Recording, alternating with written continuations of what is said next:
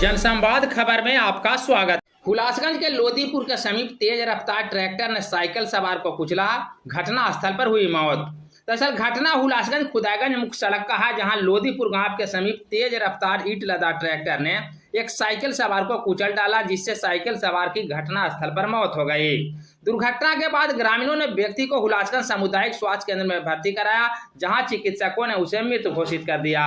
घटना के संदर्भ में लोगों का बताना है कि सुहानी बिघा निवासी महेंद्र रजक साइकिल से कहीं जा रहा था, तभी तेज रफ्तार ट्रैक्टर ने कुचल डाला और भाग निकला।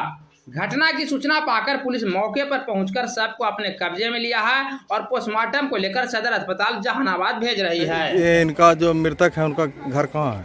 इनका घर सुहानी बिघा है। कैसे हुआ दुर्घटना? दुर्घटना ट्रैक्टर से हुआ है। ट्रैक्टर चढ़ गया इन पर? हाँ।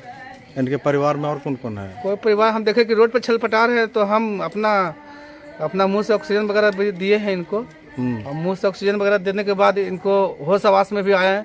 इनके बाद पूछे कि क्या नाम है आपका, तो बोले महेंद्र रजक, घर सुहानी बिघा। और हम इस दरमियान में हम भी मेडिकल लाइन से बिलोंग करते हैं, हम ओटी स्टाफ है, तो हमको जो फर्ज बना हम अपने करते हुए यहाँ तक आया।